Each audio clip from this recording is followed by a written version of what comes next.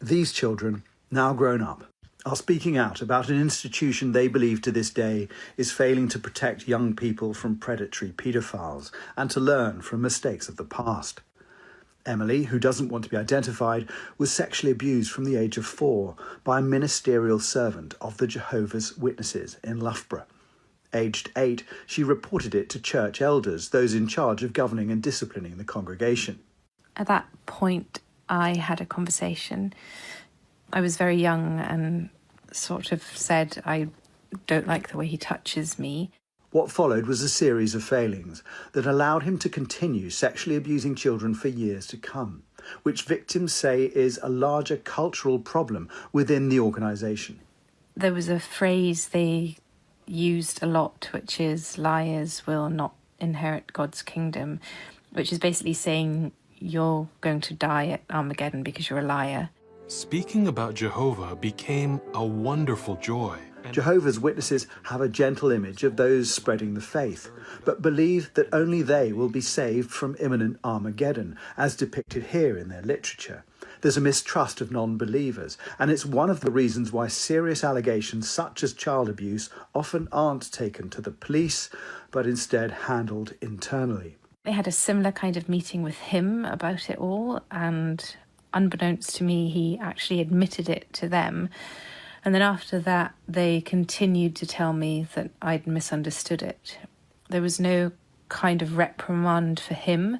I still had to interact with him. I actually got told off for not sitting on his knee. The abuser, Peter Stewart, repented and said there were no other victims, when in fact there were at least 4 others, including 2 sisters, who are speaking out together for the first time. Because they believed him, he was allowed to continue in the congregation, and my abuse and my sister's abuse was allowed to continue. Amelia didn't report her abuse until after he'd been jailed for abusing 2 other children. When he came out of prison, she tried to stop him rejoining the congregation. Well, they decided that they didn't believe me because I didn't have a credible second witness, because they have obviously the 2-witness rule. Within the Jehovah's Witness Church, yes, a second person has to have seen what happened. They do, and it's not just the 2-witness rule. The second witness has to be a credible witness. And at this point, your sister is the other witness, is that right? That's correct, yes. Rachel, the elder sister who was abused first, wishes she'd spoken out sooner. I wanted to protect her, I just wanted her. She was amazing to me, And what, you felt like you'd let her down because you hadn't raised what was happening to you? Yeah. I always thought that if I'd have said that first time, if I'd have spoken out that first time when he'd kissed me, it wouldn't have happened to her. Peter Stewart did apologise for the abuse in this letter to the girl's mother, but even then their testimony was not trusted. I mean, from everything you're saying to me, it sounds like the weight and gravitas of a known child sex offender is worth more than that of 3 women. Yes.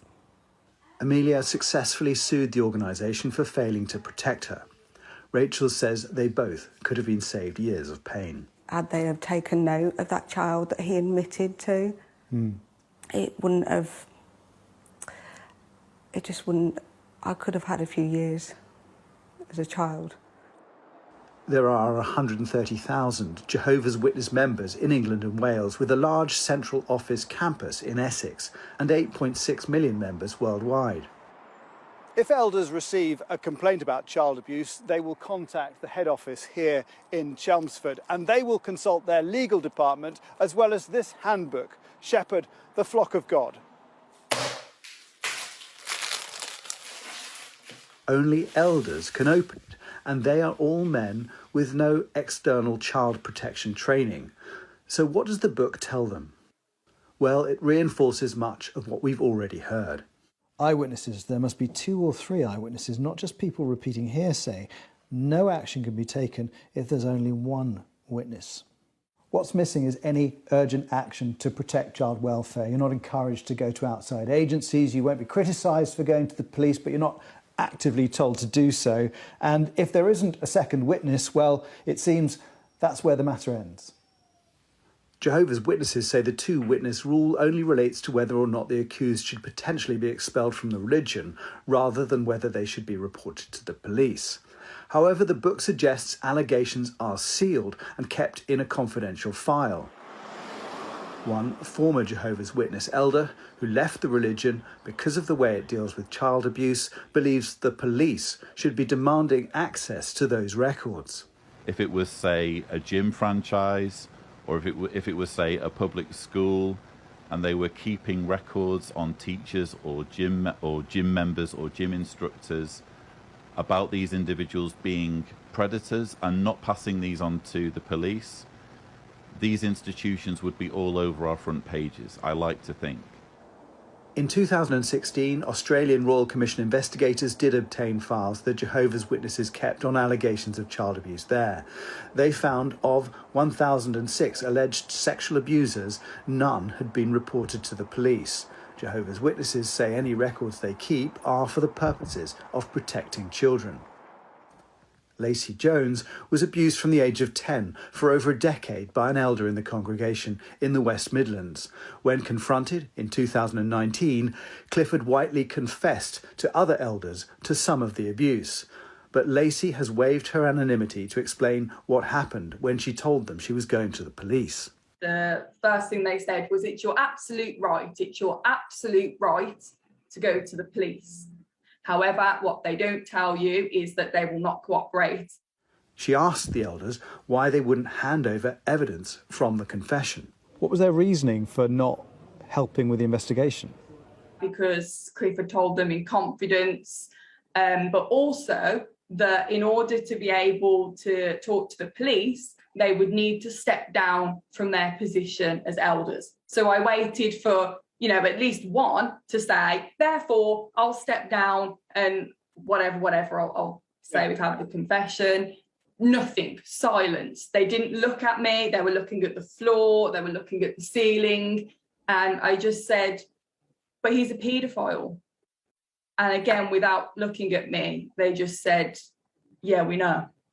Police eventually got a record of the confession via a warrant, and Whiteley was jailed for 9 years in 2020. Suppose that someone is convicted and put in jail. Well, that would apply to... This is one of the messages to the flock, telling them only to seek truth from elders, warning them not to believe negative reports about the church in the media, not even if someone is jailed for a crime. Or someone is found guilty by men, as Jesus was. It doesn't mean that he's guilty in the sight of God. So, brothers, we really have to think about these things. All 4 women we spoke to believe the organisation's leaders put protecting its reputation ahead of protecting children, and that the religion's distrust of non-believers allows them to keep doing that. They kind of, I suppose, almost put themselves on a pedestal. They call their religion the truth, and they are the only ones that have got the correct religion, and everything else is just incorrect. You're in like a bubble, like you don't really have any interactions with the outside world, with general stuff. And actually, people that aren't part of that religion are called worldly, and you're discouraged from having anything to do with them. In a statement, the organisation said, when elders learn that someone in the congregation is accused of child sexual abuse, they immediately take steps to ensure the matter is reported to the external secular authorities as may be required by law, or if it appears that a child may be in danger of abuse. Elders do not shield a perpetrator from the legal consequences of his sin, do not interfere with law enforcement, and leave criminal matters to the secular authorities. Any suggestion that Jehovah's Witnesses cover up child abuse or in any way discourage or frown upon reporting allegations to the secular authorities is absolutely false. The independent inquiry into child sexual abuse is due to report its findings into religious organisations, including Jehovah's Witnesses, tomorrow.